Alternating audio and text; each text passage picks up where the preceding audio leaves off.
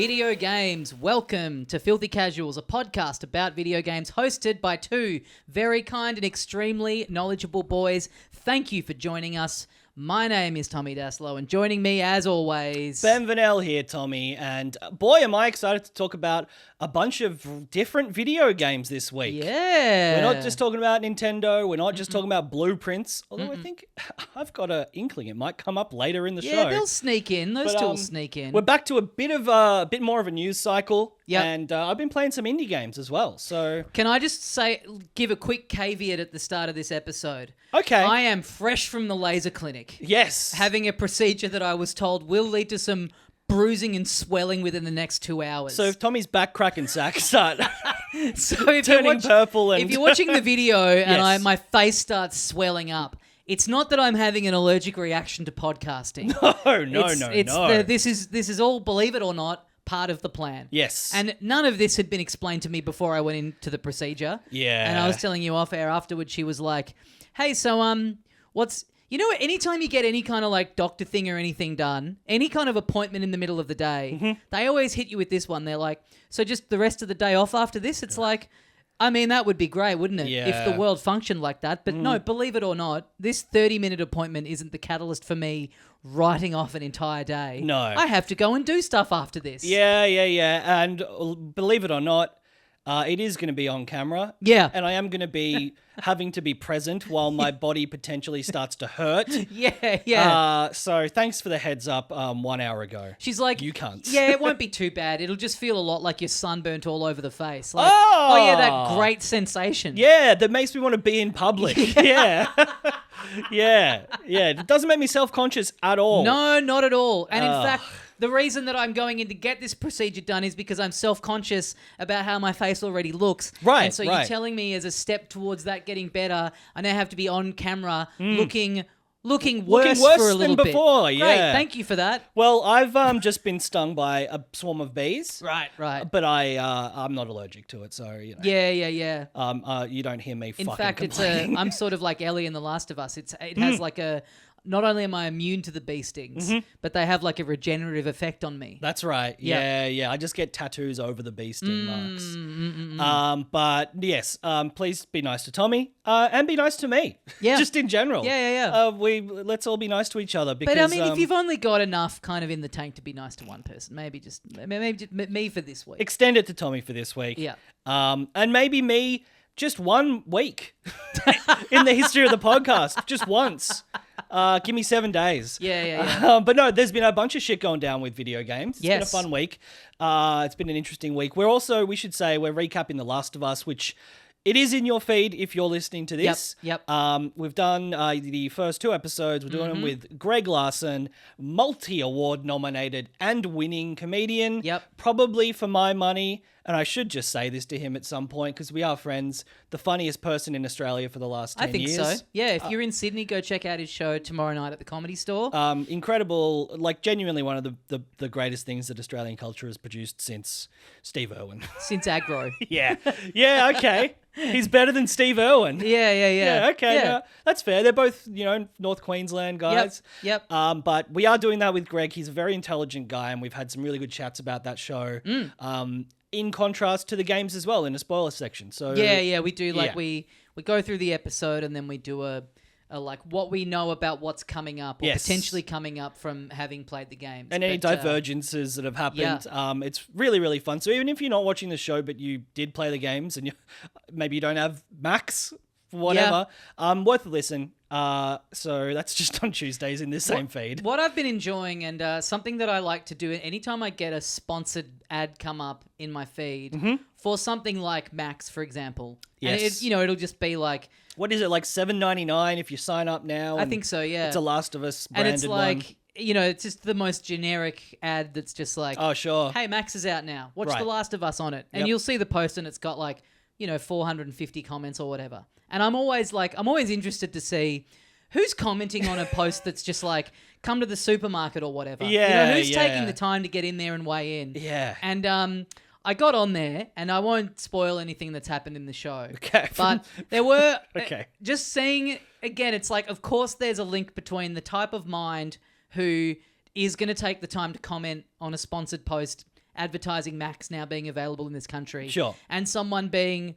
This is the personality type that's in there. They're pissed off by what's happened in the last episode, and they seem to think that they seem to be unaware that it's just adapting another piece of media. Right, Like, they really seem to think that the show has just done this for sort of absolutely no reason whatsoever. Right. Like, the showrunner just went, what if we fucking did this? Yeah. So it's very... I don't know. I really recommend it. It really makes you... Just dipping into the comments? I mean, look, I feel often like a bit of a dumb guy. Okay. Like, I don't have very, like, intelligent takes on things, or I don't have very, like, measured responses, and I don't feel like I'm, like, very good at maybe being analytical, or certainly not, like, in expressing it in a way that I would like to. But then...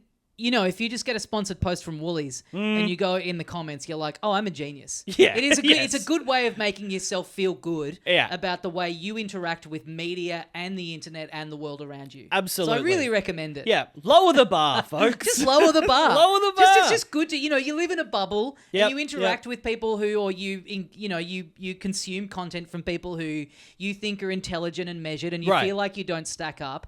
But then you realize, like, that's a very small percentage of the world at large. Absolutely it is, yeah. It's nice to be reminded. Not everyone can be an expert. On the bottom, even if I'm in the bottom percentile of people that I interact with, that still puts me at a pretty decent average. Puts you about 80 out of... Yeah, absolutely. Thank you to everyone who's listening to Videodrone and commenting on The Last of Us. Chuck us a few...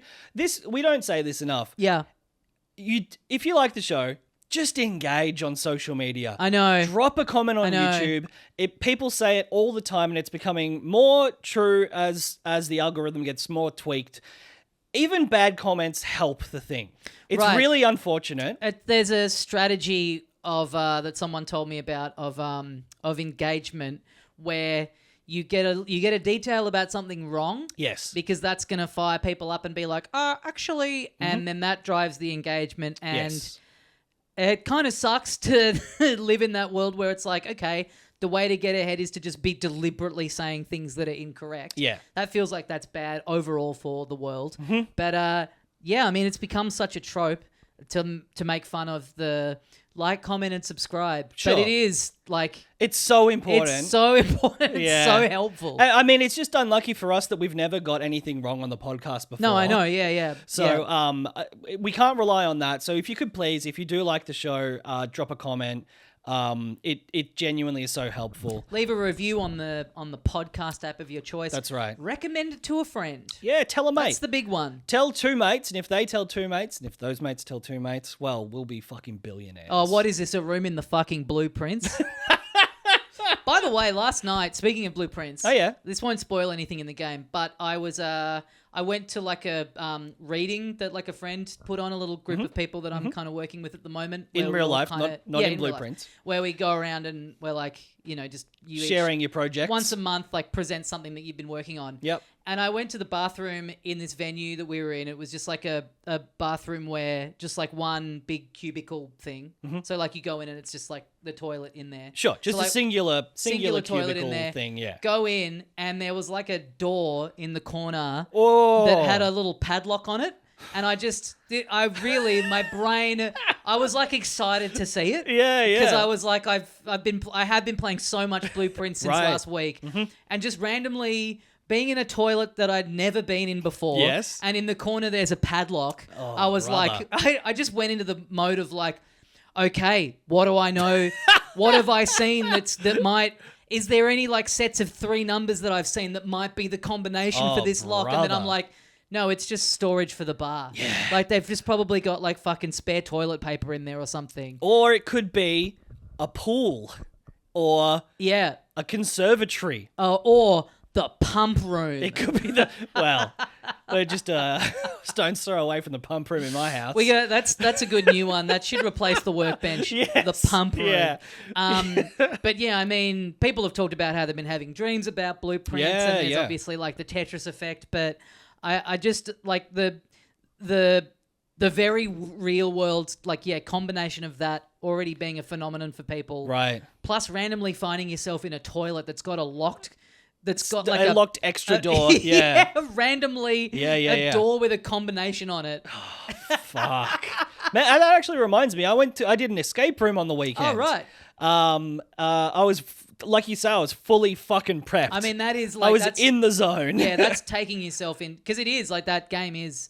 Yeah, it's fully escape room sort of stuff. Yeah. It was good. I might give it a plug. It's called Lost. It's on Flinders Lane in Melbourne. And it was really fucking fun. I did it with my parents, my sister, and my girlfriend. Nice. And not one fight. I was going to say. Not a single bit of conflict. That's a high-pressure situation. And there was one scary thing where you put a gun up to a bullet hole in a painting on the wall. Oh, shit. And it's like, okay, let's do this, see what the next thing is. My girlfriend, who went into this being like, I don't know how to do escape rooms. I'm dumb. I don't know what.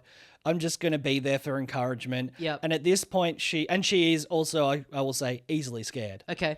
She, for some reason, has taken control at this point. Right. Charges up, puts the gun against the painting. Took the gun, held it against your head. Yeah. Got you onto the ground. Yeah. Suck me off in front of your family. Really, I did not see. The whole being easily scared thing was just an act. Yeah. In reality, she's Jigsaw.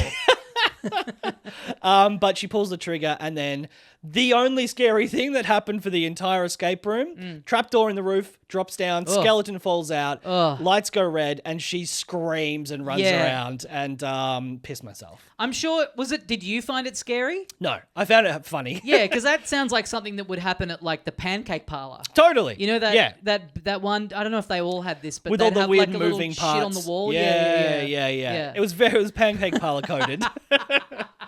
Anyway, that's a great theme for an escape room. Oh, you get one of these chains that's sort of gone. I know there are pancake parlors here and there, but it's one near the Hoyt Stocklands. Sizzler, I don't think exists anymore. Yeah, Smorgies. So you buy the rights, but you're not buying the rights to make a restaurant. You're building an escape room that is set in like an old Smorgies. Fuck, that's really good. Yeah, an all-you-can-eat Pizza Hut escape room. Oh, I think we're about to become millionaires. The carbonara room.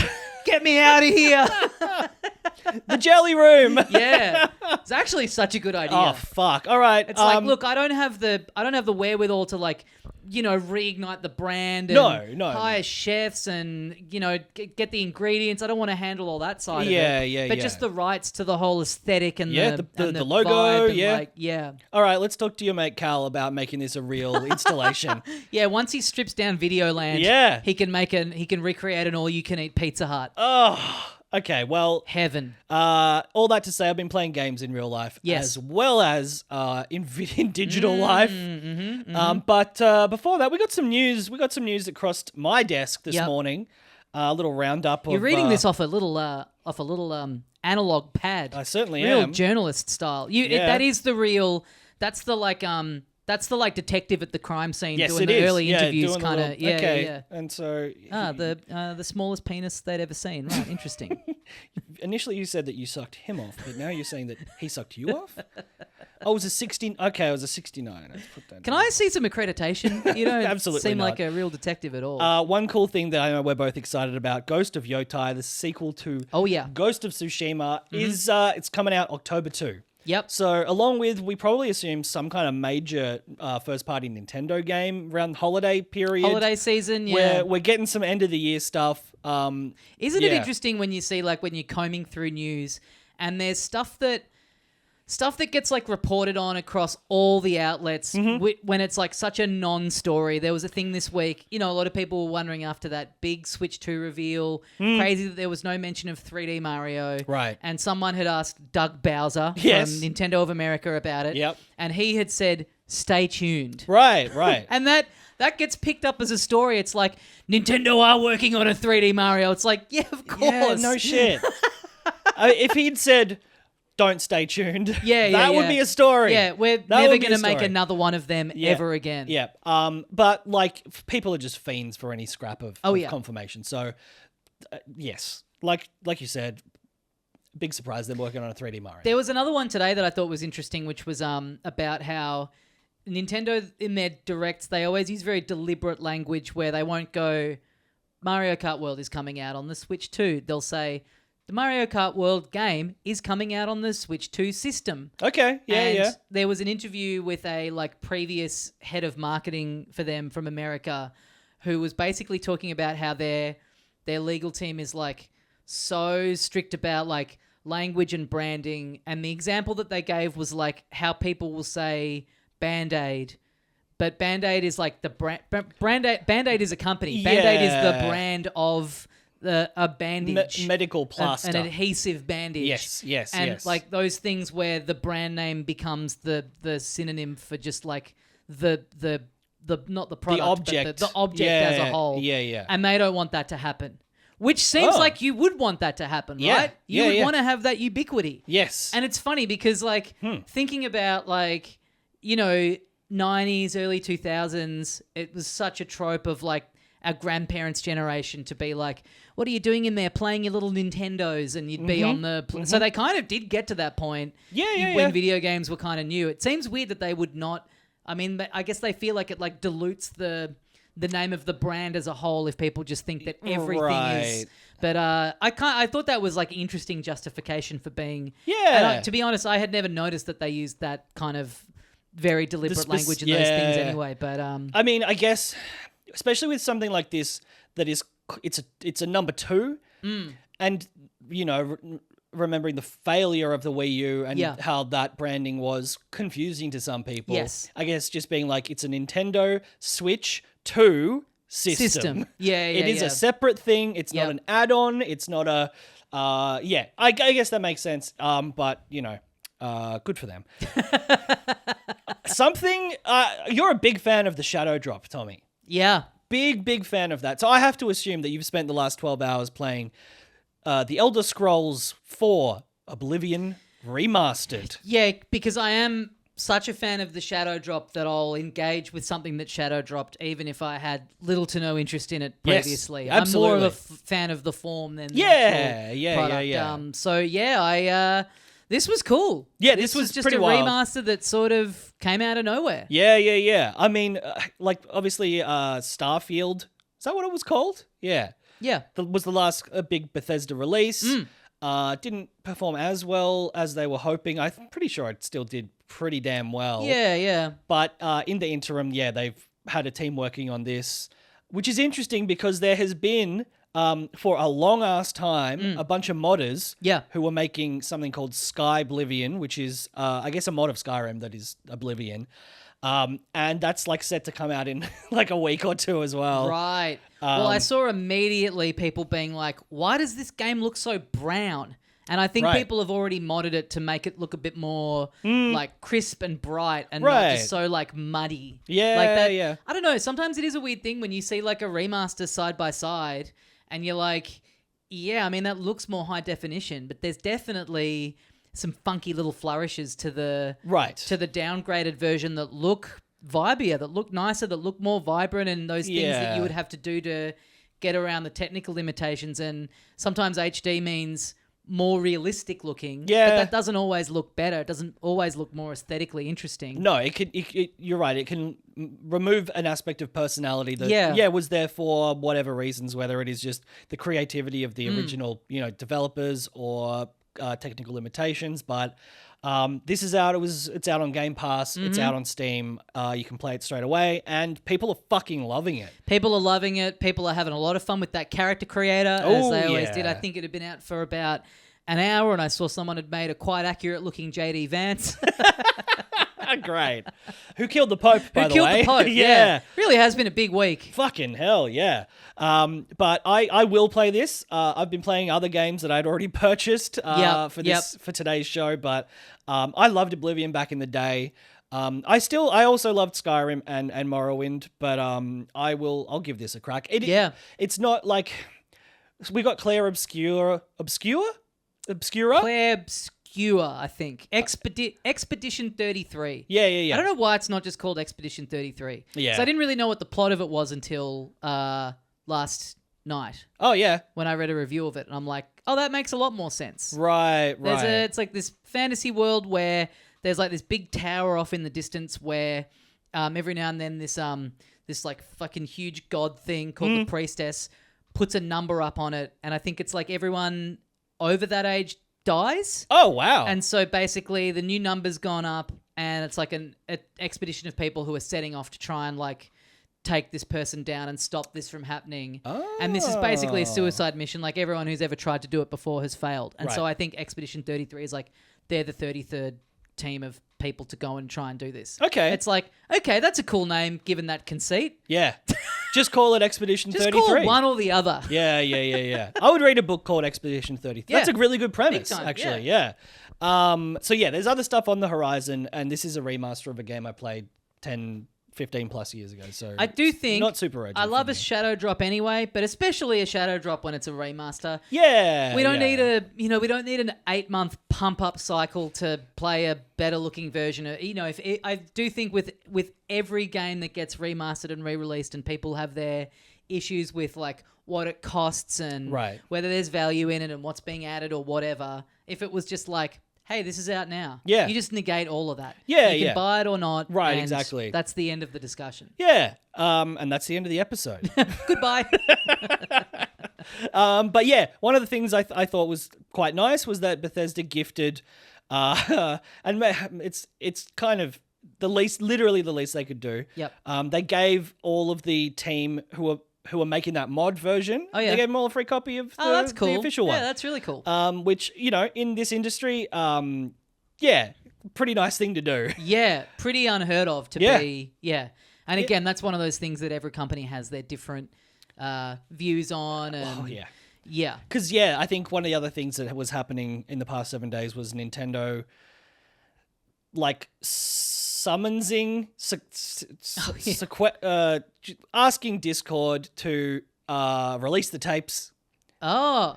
Release the emails. I knew about this. So apparently the person who did that Pokemon leak of all of that shit, yep. They have an account on Discord. They have identified themselves via that account as being the person who did it. Right. And so Nintendo are like petitioning Discord to release that information. Right. Which, as of recording, has not been resolved. Yep. But it would go against everything that Discord has always kind of done with privacy. Yeah. It's always been, for whatever reason, be it like political, safety, personal security, all of that. They're just like, no, it's these are all anonymous and we don't release this information. Yep. Kind of like, I think, Apple has sort of a thing where unless you get like a warrant to crack a phone's password, yeah, it's you're just interesting. not allowed like, to. how much are you allowed to do to just go like, yeah, this is our thing. We're never gonna release this. It's like, yeah, but what if someone breaks the law? Right.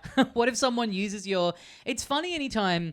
People seem to view WhatsApp as like absolutely bulletproof. Right. And then like, you'll see things in the media where like, like a Zionist group chat gets leaked and it's just screenshots. Yeah. It's just like people like, how could this happen? It's like, there's always ways around. There's absolutely. like, oh, sure, it can't get hacked or fucking whatever, but there's always ways for this stuff to get out. It's always human error, right? Or human intervention. I remember, there was like a footy journalist who, weirdly, like days after he had a bit of a confrontation with a coach, separately, someone from his group chat on WhatsApp did a screen recording of voice notes that this journalist had made, basically being racist and sexist and stuff. And it's like, if someone wants to, they can betray your trust. It doesn't matter what platform you're on. Yeah. There's always going to be a way of like, and even Snapchat, I remember finding it weird back in the day of like, you can't screenshot. It's like, what does it block your phone from screenshotting? It's like,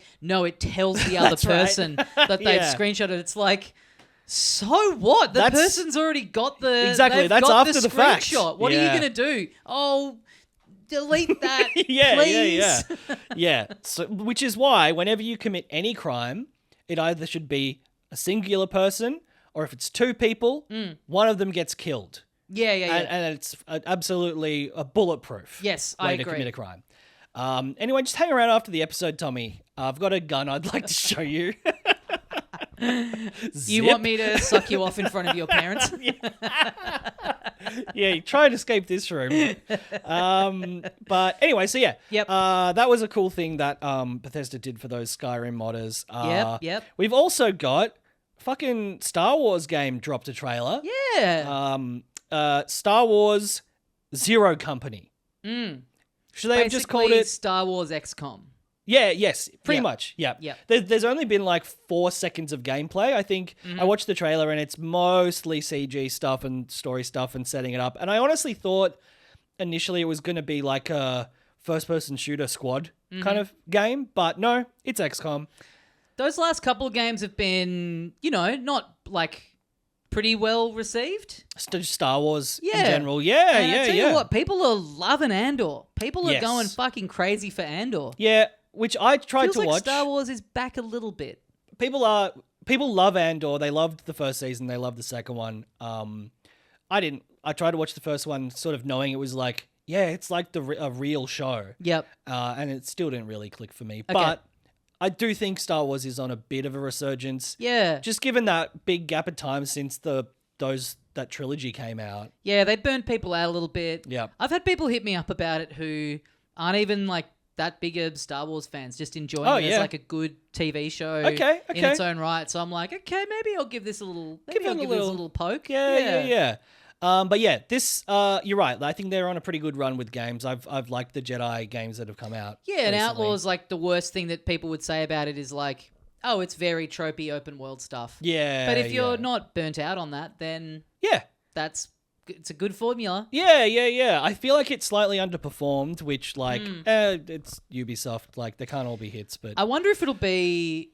It does feel like the sort of thing that could have a big second life on the Switch too, because it's coming out in the first I don't know if it's got a date, but they showed it at that big first reveal. Yeah. So it seems like the sort of thing that like, maybe it got a bit lost in the time of year that it was on the last round of consoles, and maybe being out on this like new thing that's handheld.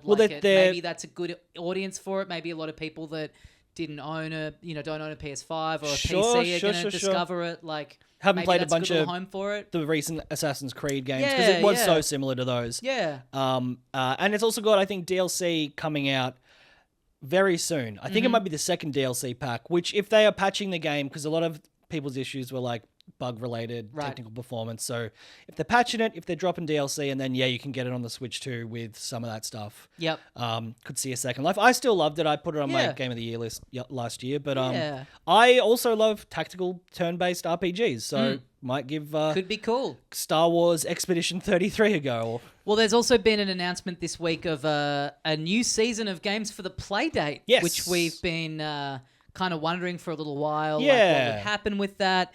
I think May sometime they are dropping, which is cool. I'm excited, and they kind of make a mention in the press release of just basically saying like, it's exciting that pretty much everyone will get to kind of play these all at once. Right. That was their initial idea with the system. Yeah. But with their kind of supply issues and everything, people were getting them at such staggered times. So there wasn't that thing of the whole audience getting them all at once. So this kind of does feel like an actual realization of that concept. Yeah. But May 29th. Okay. You can pre-order it now. It's 12 games, 6 weeks, $39. So 2 a week, and they've it's cool. I mean, they've released like the titles and little sort of just a graphic card for each of them, but then no info about them, which is sick. Like I love the idea of just that was what was fun about getting it out of the box the first time around was opening it up and just having zero context for what you're about to play. It was cool and so unique. A bunch of shadow drops in a row. It's the greatest thing on earth. It's the best 6 weeks of my life. Any other news that you've got? Let me see. Not really. No, I mean, the only other new thing since last week was there was that Mario Kart Direct. Yes. That was pretty much right after we put the episode up. It was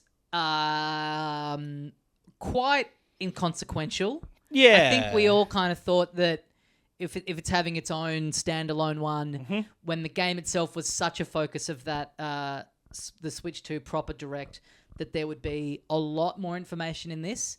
And what they focused on was things like that Mario and Luigi are in the game. Ah, yes. Yeah.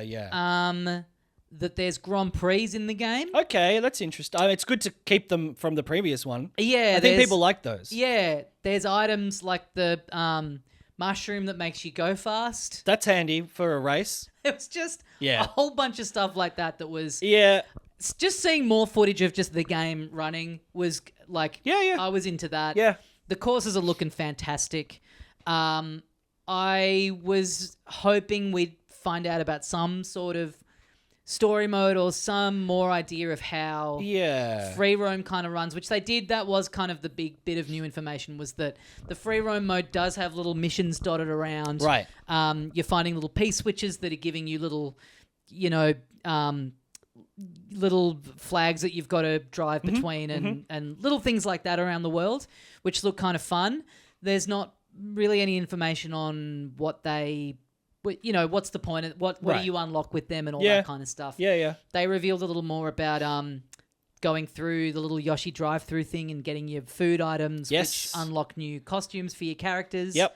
Which looks cool.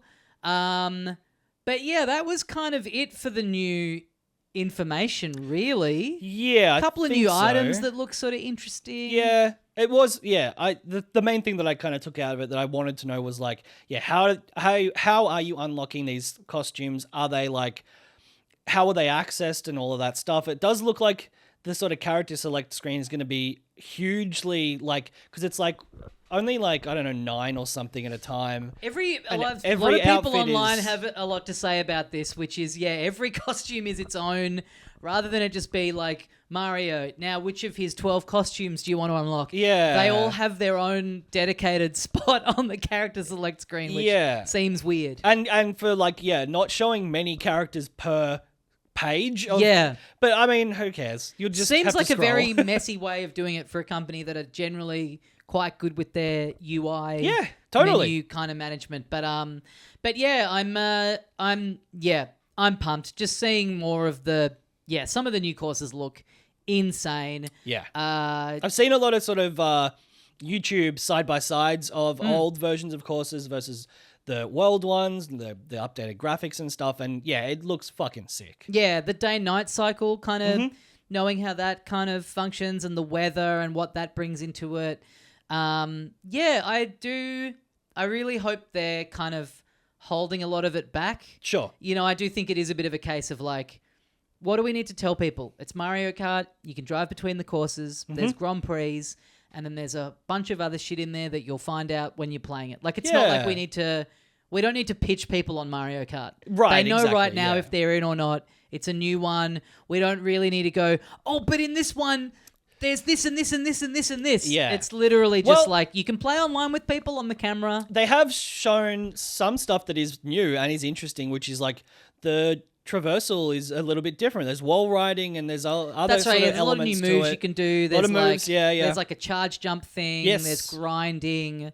They showed a fair bit of the camera functionality in it, which I don't know, man. It's such a basic ass little thing and it's so dumb, but I don't know, I'm really coming around on the camera. Yeah. The thing that they showed where you're on the couch with 4 of you playing and the camera's kind of auto-detecting all of your heads and you're driving along and it's putting a little Ben avatar. Yes. And it's sort of taking sort of live snapshots of you reacting to what's going on. It's fun. It's cool. Again, like it would be perfect for Mario Kart, it'd be perfect for Mario Party, and Nintendo probably doesn't care if it's more useful than that. It's like the official one is quite good quality. I think it's 1080 and you can get like fun little ones that are like shaped like PD piranhas and stuff. Yeah, the piranha looks cool. It's for some reason it's like a lower res, but it's like such a Nokia small camera little basically. thing on the screen anyway that like, I kind of would rather get that and have it look kind of cool on the TV cabinet. I think and sacrifice I agree, a bit of quality, and it's cheaper too. Yeah. As you say, I think that the stuff that they're adding to Mario Party with it looks pretty fun. Yes. And like, I know this is not really an argument people like to hear, but if you want like a fucking 4K camera doing like video party chat and stuff, like there's Discord. There's PC. Like, Nintendo still is going to cater for families and children as much as, It is funny gamers. that the main functionality of it is, as people said at the Switch 2 Direct, like it's basically the Xbox Connect. A thing that people got over very quickly, and they're like, time to bring this back. Well, yeah. Time to bring back Star Wars dancing or whatever it was. Yeah. Like many of those extra functions that they build into stuff, it'll get used for a few things. People will like it for that, and developers will probably not bother about it. I'd love them to make some kind of cool, like, thinking about the combo of the mouse functionality of the Joy-Con and the camera. I'd love them to make some kind of, like, fucking weird, like, Mario Paint-esque thing where you can be in front of the camera and you're up on the TV and then you're using the mouse to, like, draw on your face and stuff. Like, some kind of combo of that could be really fun. Like, yeah. Because, a lot of people were joking about, Mario Paint when that, the mouse functionality was revealed. Why not fucking make a Mario Paint? Like, why not make one for the Switch 2? Again, I don't know why that would be such a fun idea for a pack-in. Like, that whole thing of, like, a classic thing that everyone remembers, even though I think, like, not all that many people really interacted with at the time, maybe. Right. But everyone kind of knows about it. They've never really brought it back. They had some of the little design flourishes of it were in the Mario Maker games a little bit, but some sort of version of that. And maybe it'll be in Mario Maker 3. It'll be incorporated in some way. But I'm fully like revealing my complete obvious, lifetime Nintendo pilling here, where like watching the Direct and being like, cool that they've got the camera, not for me, who gives a fuck? And then the closer it gets, the more I'm thinking like, man, in for a penny, in for a pound, let's fucking go. Yeah, I mean, like I saw... If you're not going to get it, if I'm not going to get it day one, I'm never going to get it. I do like the idea of just going in, big old bag on the, sitting on the tram with one of those like... not inconspicuous at all, gigantic yellow JB Hi-Fi bags that they give you. Yeah, like you just bought a bar fridge. Just begging to get mugged on the way home. Saying to everyone on the tram, hey, I've got some... what I've got in here, minimum $1,000. Minimum $1,000. Maybe a MacBook that's like $5,000 if you're lucky. Yeah.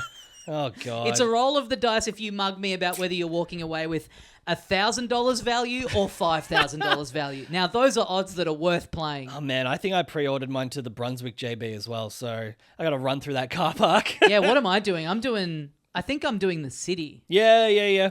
Oh, maybe I did the city as well. I actually think maybe Brunswick wasn't available because it was limited stores, I think. Yeah. So, we're getting mugged on the tram for sure. Oh, big time. But we just mug each other. What a beautiful setup. Okay. And you come out on top because we've gotten the same package, but you're getting the camera. Yeah. But yes, we're both excited for Mario Kart. What can you say? Yep. Not much based on the Direct, but that's all right. Just the confirmation of there being some little missions and shit to do in free roam was enough for me. And I'm interested to know, like, are you unlocking other courses? Are you uncovering...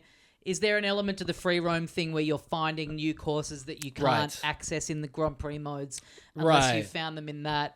I'd love there to be something that to be like a single player thing that you're sinking a lot of time into instead of just to like, hey, here's something for you to fuck around in. Yeah.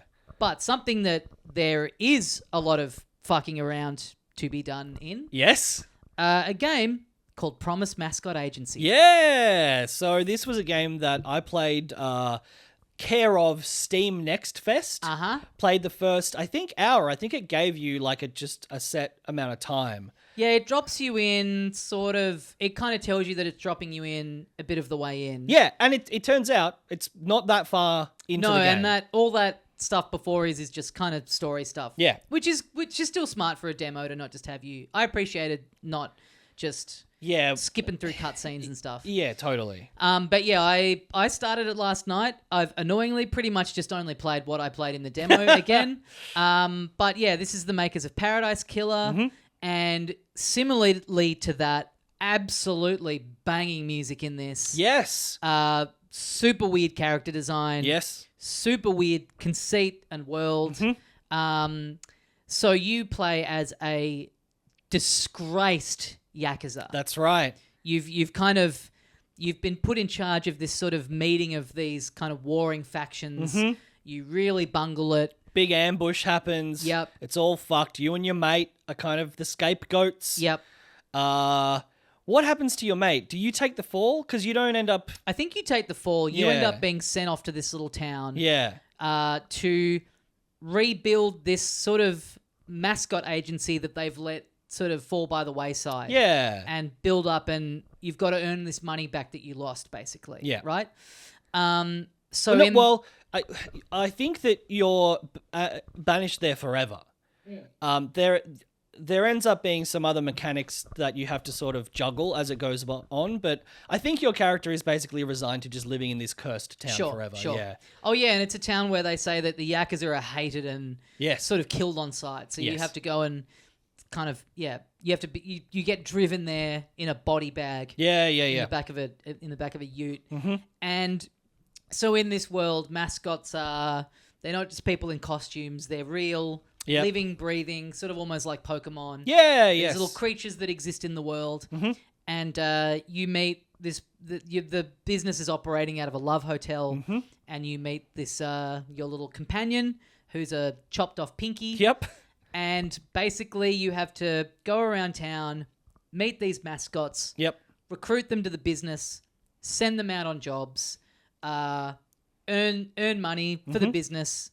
And you basically, when you hire them, you get to decide how much of a cut you're giving them. Yep. What sort of other incentives you're giving them to entice them to sign with you. Yep. And you've played a fair bit more of this than me. Yeah. I've only really uncovered like one or two other little mechanics. Right. To it. So one of those other mechanics is that when a mascot is out on a job, either you have bought some items from the vending machines and you can send them out with one of those items that tends to give them a greater chance of succeeding that job without any hiccups. Yep.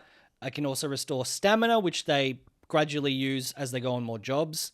One of the mechanics involved in hiring them can be giving them leave after a certain number of jobs, and that also builds up the stamina.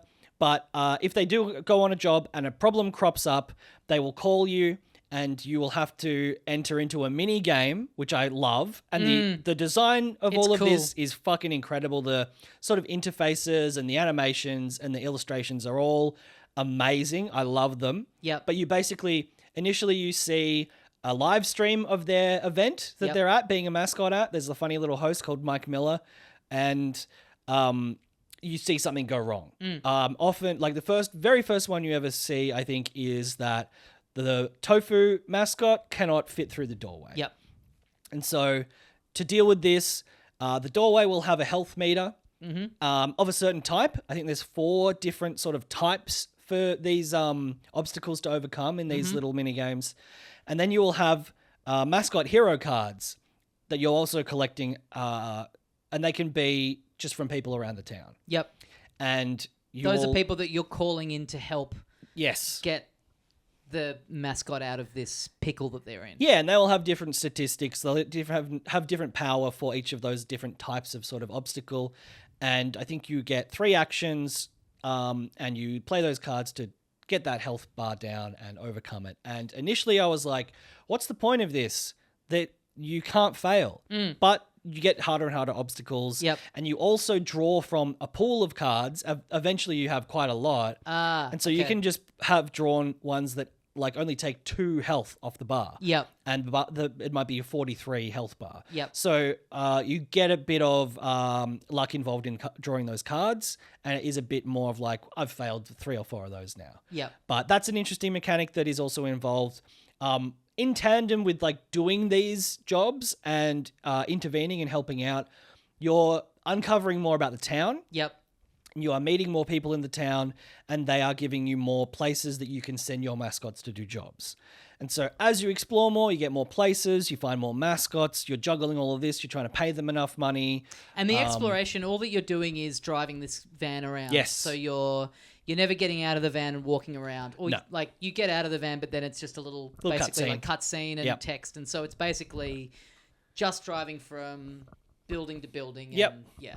And across the landscape, it's like it's a pretty big area of space, because I've had to drive all the way across it, and it can get tedious. But in that area, along with finding people and items, some of them are like quest items that you don't know what to use them on yet. Some of them are hero cards, like I said. Some of them are just money. You come across things like garbage. And if you've done a very, very early quest, you can run over that garbage, cleans it up, gives you some money, and it increases your fame. And the fame level, I think, increases, certain things that you can access. Yeah, better jobs. Certain other upgrades. Sign, like the mascots and stuff. And there's also your general goal now that you're sort of resigned to living there is to improve the town. And part of that means taking on the mayor, who's corrupt and seems to be taking all the money for himself. So you're like knocking down signs of the mayor that you come across. That builds up your fame. And a bunch of little mini quests and things. You might come across someone who's like, you can use this area like as a mascot job place. Yep. But also, I've got this quest that I want you to do. And if you do that, you'll get some money, or you might get like an upgrade for your truck, stuff like that. So there's no fast travel, I don't think. So you do have to just drive a long way sometimes. But along the way, you will constantly come across really cool, weird, interesting things to do. Yep. But yeah, I'm trying to think if there's any other. And the town, like when you get there, it's like, it's a shithole. It's an absolute shithole. Yeah. But you're right. It does seem to be a lot of just like go from A to B, then sit in a menu. And it really, I think for most people, it's going to like, if you really love the kind of like resource management, getting into menus, assigning, this person to do a task and having to be aware of how long that's taken them, and then send them out to another thing and get this person doing this, then, this is going to scratch that itch for you. Yep. But I think also like just it's really going to live or die for a lot of people on how much you click with the overall aesthetic and the wrapping. Yes. And all of that I think is great. Absolutely. It's such a strange world. It's such a cool idea. It's executed so well. Yeah. Like I say, the music is great. I haven't checked to see if it's the same person who did the music for Paradise Killer. I would assume that it is. I think I heard that it is, yeah. Yeah, because it does immediately. I think even if I didn't know this was them, the music is the thing that would give it away. Like it's got a really similar feel to that.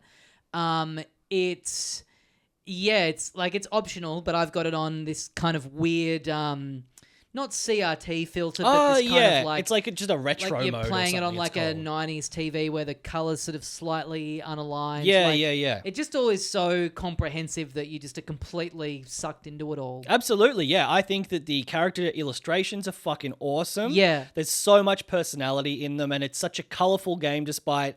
Yeah, initially you drive around the town and it's like, it's kind of all a bit of a dump. It's all kind of brown and grey. But the characters look amazing. You meet these weird little characters. And it's cool that they're not a Japanese company, but everyone speaks Japanese. Yeah. It's subtitled. It's not like they have like tried to, make it as authentic as they can. Yes. But yeah, I think the writing is really, really good. It's very funny. Not just in the dialogue, but just the ideas that they come up with and the presentation of them. Like I said, just when you go and see what the mascot is actually doing, it's always really funny, and it's always presented like mascot versus swarm of bees. Yeah. And it's all really heightened and amped up and ridiculous. And I also find it very addictive. I found it impossible to put down. I played it for like 4 hours straight yesterday.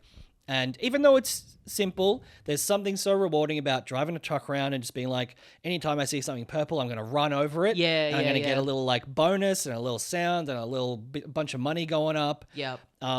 Managing and like talking to and interacting with the mascots is really fun. Like they're all such like fun, weird little characters on their own right. I'm loving it. It's cool. Yeah. I'm keen to play more of it. But that's not all I've been playing this week. Ooh. Yeah, I've been playing a couple other games. I tried probably the first half an hour, and so this is just a preliminary. I've played this game, but this was sent to us. I do not have their name written down because it's on my phone. But a local developer who actually is up in the Dandenongs, which is where I grew up. Oh, okay. Yeah. They sent us through a little bit of information about a game that they've made and has started getting a bit of heat. It is called Game Over, a musical RPG, I think. Jake Houston. There you go. Jake sent this through to us. We've got a couple of Steam codes, and so I gave it a bit of a poke, and it is very funny. It has that in common with Promise Mascot Agency. It's very funny. It starts off with, like, basically, I guess this is not a spoiler. It's literally the start of the game. You beat the boss, and it's game over. Okay. And the way that you beat the boss is this very fun Guitar Hero style rhythm game that was actually pretty difficult. It took me a bit to get my head around. But it's this cool, like, metal music over the top, and you're sort of doing the keys in line with the frets, and then you win, and then the boss is defeated. And then it's a little RPG about the world, little fantasy world after the boss has been defeated. Right. And so you're going around, you're, like, checking up on your family, you're going into town, and yeah, some of the people are, like, kind of pissed off. Like, you go to the weapon store. And yeah, like, you go to, like, a potion store and a weapon store and a couple other things, and they're all called, like, Jeffrey's Potion Store that sells potions that you can buy to feel better, and all these, like, very, like, kind of silly spelling it out names. And you go to the weapon store and they're like, actually, my business is tanking ever since you beat the only thing that people need weapons for. Right. Why don't you get the fuck out of my store? Yeah. And so you leave, and then the next thing you do is come across a little shop that's called, like, Jimbo's business that helps you write really good business names for your new business. Right. And then you get to talk to this guy who's clearly insane and has named everyone's business really poorly. Right. But it's visually, it's, like, very, very simple, just very, very simple sort of, like, MS Paint pixel art. But I think a lot of the sort of uniqueness and personality is in the writing and the way that they're Jacob Yeah. has approached the premise of, what happens to a fantasy world after the boss is dead. Yeah, that's cool. And I'm really enjoying it. Like I said, I think, the writing is really, really strong. And even though I only got to play some gameplay stuff at the start, I'm hoping it does come back around. And everyone is kind of, like, very musical or is a musical instrument, or Right. like characters talk and it's like the MIDI sound for, like, a violin, you know? So that is the whole aesthetic. But yeah, I'm looking forward to digging into it more. It's and it's very cool that like someone so specifically local to, like, where I grew up has made this cool game. Yeah. And so as far as I know that, like, copies, I think the version was like a test version, but I believe this is available to play. If it's not, I'm sorry, but probably you can go on Steam and look up Game Over, a musical RPG, and give it a wish list. Fucking wish list that bastard. Wish list that little bastard. And the other game that I've been playing, and I sent this to you the other day, Tommy, is Nubby's Number Factory. Yeah, I had to take a hard pass on this. I saw one screenshot and went, I can't. Yeah. I can't. It's the new, I don't know what it's replacing, but the pachinko. Yeah. The pachinko format. It swept the nation. It's the new hot ticket. It is. It's the new cards, I guess. Yeah, the new deck building card game. Yeah. But I fucking love it. Did you see much of the aesthetic or anything? Yeah. So it's very, like, vaporwave, Yeah. like 90s PC sort of dodgy 3D artwork. Yep. Very, what was that game? Cruelty Squad. Sort of around those areas. And, like, there's a little sort of, like, digitized portrait of, like, a guy with speed dealer sunnies who, like, gives you the tutorial, all that sort of The stuff. titular Nubby. I guess so. Nubby. I think so, yeah. Yep. But the gameplay itself is, you're right, so fucking addictive. Yeah. It is, and it's sort of like Peggle meets Threes sort of situation. Okay. So you're dropping a ball in, there's, like, a grid. Not at every point on the grid has, like, a trigger, like Billionaire. But they start off as, like, number ones, and it's like, hey, if you hit a number one, your ball just goes straight through it. But once it doubles to number two, after you've hit it once on the next round, then it bounces off and it can bounce around a bit more. You have, much like Billionaire or Balatro, a little total for every single drop of the ball. and all of the little things on the board start doubling and doubling and doubling and doubling, and the total you have to reach gets higher and higher and higher, and you are just dropping a little ball in and bouncing around and again, like, yeah, if you hit 1,024 and then you bounce off and come back, that will now have halved. So throughout the actual match, they halve and halve and halve till they disappear. Right. But once you hit them the next round, they've doubled. So that's how it escalates. And then it also has like these, every now and then you will be able to get like a little perk that's permanent. It's like, oh, every time this little guy's triggered, it'll send a chain of lightning around all of the triggers. Or, when any... because there's also items that you can use as well. So some of the permanent ones will be like, this will trigger items in slot 1 and 7 every time. So it all works together like a lot of those games do, with your bonuses and your perks and your items and shit. But at the end of the day, you're just dropping a ball down, trying to get a big number, and it's so good. Oh, fuck. Oh, it's so good. I guess I will go in at some stage. And it is like it is funny as well. Like, it's not eye rolling in its aesthetic. Like, it's cool. Like, if the number doesn't reach the target, the sun blows up, all of that shit. It's all very silly and over the top, but really well done. Has a lot of nostalgia to it that adds to just what is a really fun, solid gameplay mechanic. So Nubby's Number World, it's fucking $6 Australian. Yeah. So do yourself a favor on that. Yep. And that's everything I played this week. Well, I want to talk a little bit more in depth maybe about Blueprints. Yeah. But should we wrap up if you don't want if you still haven't played Blueprints, you don't want any deeper chat about it? I know a lot of people had to tap out on last week's episode. We were, yeah. Not crazy in depth because I still haven't finished it, but... Yeah, that's the thing. I'm not going to spoil anything for Tommy. It would be good to pick your brain about where I'm kind of at. Yeah. So if you're tapping out now, thank you for joining us. Thank you very much. Get on the Patreon. We're about to record a bonus episode. We sure are. I've got a bunch of fucking shit to talk about on that too, on the other side of this bloody page. Oh, fuck. We really appreciate everyone who's on there. If you like the show and you want to support the show, that is the way to do it. That's right. Otherwise, we'll have to bloody go work in McDonald's or something. Exactly. Yeah. Even just $5 a month. Oh, absolutely. Anything you can chip in. Yes. If you like what we do, very much appreciated. Thank you for joining us. Okay. Deeper Blueprints chat. As we say at the end of every episode of Filthy Casuals, here's a bit more spoiler chat about Blueprints. Yes.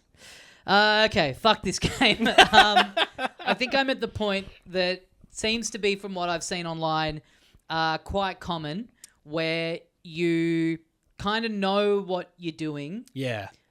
So basically, I had several runs where I had the broken lever. Yes. And I knew that I had to put that in somewhere. Yes. And I also kept happening to unlock the coat check. So what I would always be doing is putting that there, making sure that the next time around I would draft the coat check when it came up, so that I had maybe 4 or 5 runs in a row where I had the lever, but I just was never drawing the room to do anything with it. Right.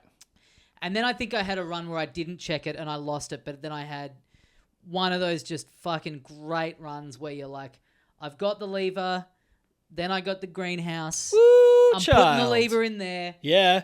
And I had just always assumed that the antechamber was the 46th room. Right. I had assumed that once you get in there, that's it. Right. Because of just the way it's laid out on the grid and everything, it does kind of make it look like that's the point that you're... Sure. Because you aim to get there, then you get there and you can't get into it. And then, you go in there and you get a key for the basement door. Yep. And by this point, I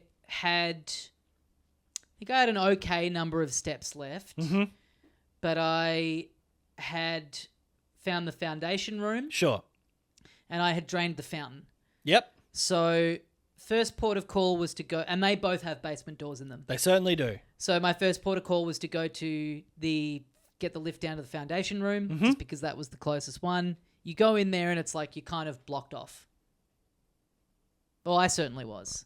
Where? Down the lift? From the foundation room, yeah. Like going through the basement door. Yeah. Yeah, there was nothing in there. Behind the door? Yeah. What was behind the door? I was just in this room with a bunch of crates. Yeah, there's stuff in there. Fuck! But I believe that the basement remains unlocked. That once you unlock a specific door, that door stays unlocked. Yeah, I don't think it... It definitely Really? does, yes. It's one of the very few things that is remains permanent. You don't need the key. Interesting. You can just go down to the basement now. I had no idea about that. Yeah. Because fuck, okay. Let's wrap up. I want to go home. This is a game because And then there's definitely stuff down there, yes. So I went into, because it seemed to me like I got into that bit and I was walking around and I couldn't go any further. I was like boxed in by a bunch of crates. There's some stuff that you can interact with in there that you may not have realized. Yeah, I think I was just so set on I must need to sort of go into a different bit or something. So anyway, by that point I'd run out of steps. Sure. Anyway, I think basically my next run, I fucking got it again, got the lever again, Woo. got the room got the antechamber open, got the key. This time I'm outside. Yeah. And I get into the basement door that's under the fountain. Yeah. I get in there with one step left. Ooh, so I'm in there and I've seen it, but I can't fucking do anything. Well, good news is, yes, both of those will stay unlocked. Fuck!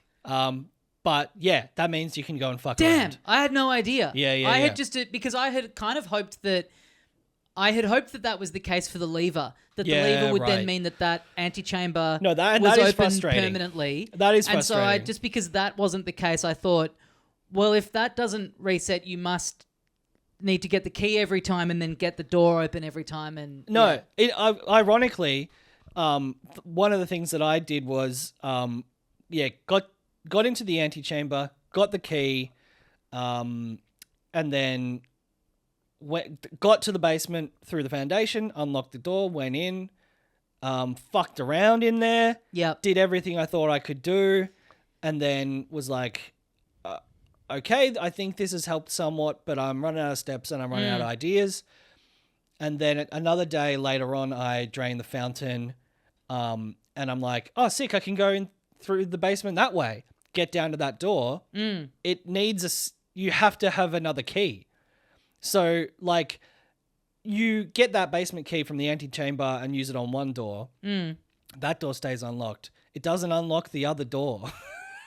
Oh, you can't use the key twice? Well, you can go again, get into the antechamber on a new run, get the basement key again, and then you can use that to unlock the fountain one. Yeah, but if you've got the basement key and you use it to unlock the foundation door, in that same run, could you go out to the fountain and surely? I think it uses it up. Oh, right, I think it's okay. like a consumable item. Oh, because all the other keys are, aren't they? Yeah. Yeah, interesting. So anyway, okay. Well, that makes me, okay. But I think you've got into the position now where, you have unlocked both of those doors and you can. I'm trying to think, maybe I did do something in the foundation one because I've turned on two of those flames. Is one of them in there?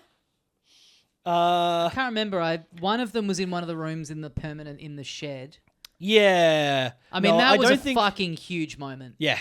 Getting the garage door. And again, yeah. so much of it, I kind of love that for every bit where you get into a thing where you're kind of like beating your head against a wall and you feel like you're getting really bad luck in the runs that you're getting for what you feel like you need, you also do...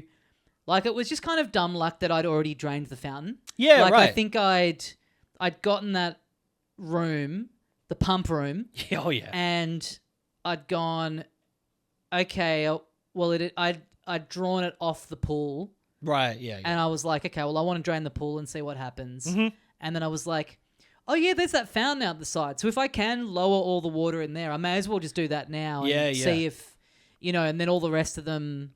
I was like, I haven't really come across any reason for why I would want them to be completely depleted of water. Yeah. So those were the two that I just decided to do. Yeah, nice. And I think it was like literally the first time I drew the garage, every time I'd had the breaker room, I'd just made a habit of turning the garage on just in case. I had the key. I just was in the right position. Without being like... Without having to be like, draw it, not do anything with it, and then hope that it comes up again. Right. Literally right. the first time I found it, then I'm walking around outside, I'm like, oh, holy fucking shit, you're kidding me. Yeah. It's so satisfying to have those moments that are pure dumb luck where you just get this like blessed run because then that does counteract all the times where you just feel like you're making no progress and like I said this to you the other day, and even though it does tell you this early on, like get a notepad out, be making notes. Yes. I'd been playing it in bed and lying on the couch and I was just like, I'll do that when I can sort of be bothered, when I get to a point where I feel like I really need to do it. And then, just the other day I was like, fuck, it's time to figure out what this fucking message is with these paintings. So now I'm like, yes. on the couch with the little grid and sort of putting that together. And so doing a run having runs where I'm mostly just trying to get into rooms on the grid that I haven't filled the message out for yet. Yeah. But then, annoyingly, you're also still trying to have a run where you start doing that. And then you start to be having a good run in other ways. Yeah. And so you're trying to do two things at once and you're walking into a block where you've got like nothing, you haven't found the letter in there yet. Yep. But then in the pool that comes up, you're like, oh, the courtyard would actually be really good for me to have. Yeah. And there's no paintings in the courtyard. Yeah. Like that split thing of trying to have a run where you do one thing, but then all of a sudden you're accidentally doing the other thing and having to decide like, all right, which bit am I prioritizing here? Yeah, and I know that we both listened to both episodes that Triple Click did about blueprints. And one of the things that I've listened to a couple other reviews where the conclusion that most people draw is like, you kind of have to do it in a very zen way where you just go in and see where it takes you. Yeah. Like you can control which of the 3 rooms you draft, but at the end of the day, there is going to be randomness. And so you sort of have to accept like, I can't just want to do one thing. I kind of always think of like the absolute minimum, if the worst run is like all you did was draft a room that you've never seen before. Yeah. Great. Yes. That's enough. Yes. Like that's cool. Mm-hmm. That is helping in some way. Yes. Because once you realize that every room, and there's rooms that I'd avoided for, basically the whole time I'd been playing, because every time they came up, I was like, I don't have any need for that, or it's a dead end or whatever. Mm-hmm. And then you go in there and there's some big clue in there. Yes. Like every room, even you get so sucked into the thing of it being like a roguelite where you're like, oh, I need keys right now, or I want to keep the train going. Mm-hmm. But the thing that, has been said a lot is that the main thing that you're acquiring in this game is knowledge. Like it's not anything that is, and not even in a way where it's keeping a permanent log of it in a menu for you. It's literally all in your brain. Yeah. So finding a thing in there that tells you something about another room or whatever, for example, is like, oh shit. It took me so long to figure out what the and I don't know if this is what the message from the paintings is going to reveal to me, but the safe in the boudoir. Right. And there's a photo of a Christmas tree in there and being like, let me just try putting that date in. Yeah. Bang, baby. Yeah. And then being like, oh, fuck, okay, well, is every room that has a safe in it, is there some hint? Date? Is there some date around there somewhere? I got into the study. Is it the study? Yeah, study has one. Or the office? No, I'm thinking, what's the one that's got, maybe it's the drafting room, I think, that's got the, it's got like a little replica. It's got like a little model of a room. Ah, yeah. And in that model of the room, there's a tiny safe. Yeah. And if you've got the magnifying glass, you're able to put in a combination on it. Yeah. And there's a few little dates around there, but none of them was working. So I was like, what's happening here? Yeah. Yeah. It's so satisfying where you think you've solved something, and maybe you kind of have, or you get up to something that feels like it opens it up, just getting outside. Yeah. It feels like it opens it up so much. And it is helpful, but it also makes you realize how little you actually have in the grand scheme of it. Right. Oh, it's so good. It's such good shit. I haven't been back to it. I have been back to it maybe once on the same day that I finished it. Yeah. Done like a couple of runs and realized like, now you're going to start getting certain rooms that you didn't before you got to room 46, and there is a whole bunch more. That's a big thing. I mean, they talk on Triple Click about how they have I think it's Jason, our old friend Jason Shrek, Ah, has yes. logged like 300 hours on it or something like that. I think 300 days. 300 maybe. days, Yeah, sorry, yeah. but still, like, I think he's getting up to the. He's blogged a lot of hours. I think he's over 100 hours. Yeah. Just a huge amount of time, and I got a real. Hearing Kirk describe that he had read a review that said that the music sucked. I got angry on. That made me similarly angry. I was like, I need the link for that review. I need to get on there and tell that reviewer that they should kill themselves and that I fucked their mum. The music in this is unbelievable. Yes. When you get, I think it's either outside or it does such a nice thing of like sort of rewarding you with new music and these new tracks clicking in to just really underpin like the significance of a new thing that you've done. Like you get into a new area and you're constantly drafting rooms that you haven't seen before or stumbling across a new little thing and something kicking in to really tell you like, no, you've taken a big leap here. Absolutely. I think, there's stuff that kicks in the basement, and when you go further into the basement, stuff that happens when you, there's like little cutscenes that play as well, obviously, like when you open one of the doors of the antechamber. Have you been into the rumpus room? Yeah. And have you done the thing in there? I've done I do him every time I come across him. The little fortune teller guy. I bet you do.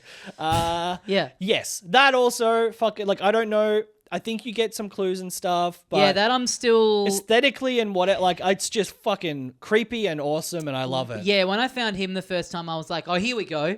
This is going to be some huge thing because it cuts away and everything. Yeah, yeah. And then it's this very kind of specific but also quite esoteric thing where then you come back and you're like, yeah, what do I do with any of that? Yeah.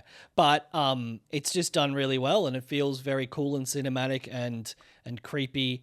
And I think some of that stuff becomes more relevant once you know other stuff, but also I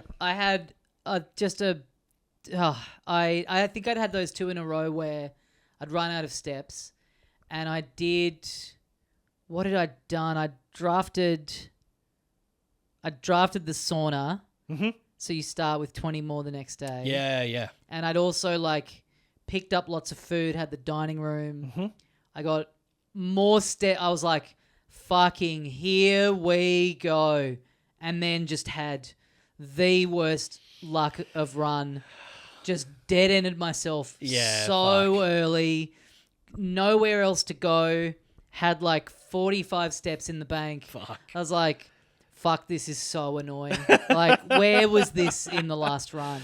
Yeah. Because the annoying thing is you get that outdoor room, which is a good one to start off with because it often gives you...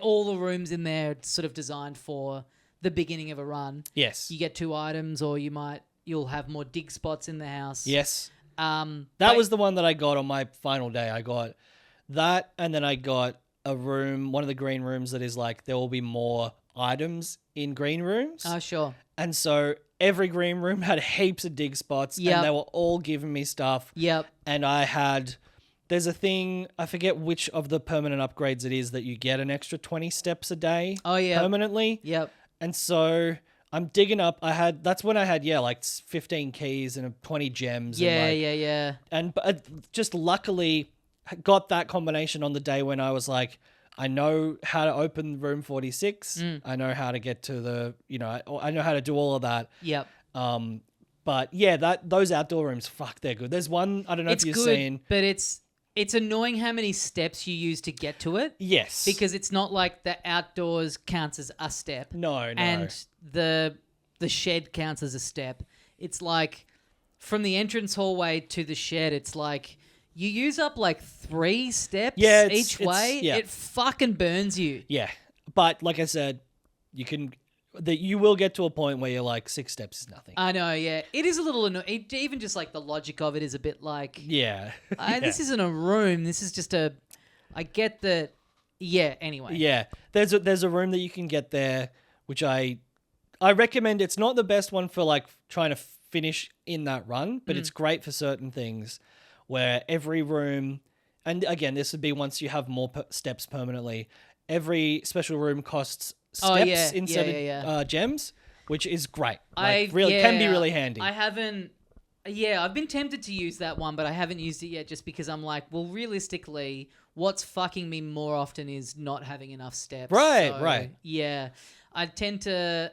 I love a little getting 2 items off the bat. I'm generally going for that one if it's there, or the one where red rooms don't... That's a fucking great... That's a really handy one to get the gym and... Yeah, the chapel. The weight room. Yeah. Fuck. Yeah. Actually, on that run where I ran out, that's what fucked me. Cop in a weight room. Yeah, I think I'd opened it and I felt like I hadn't gone in, but I think it's like as soon as you drafted it, just...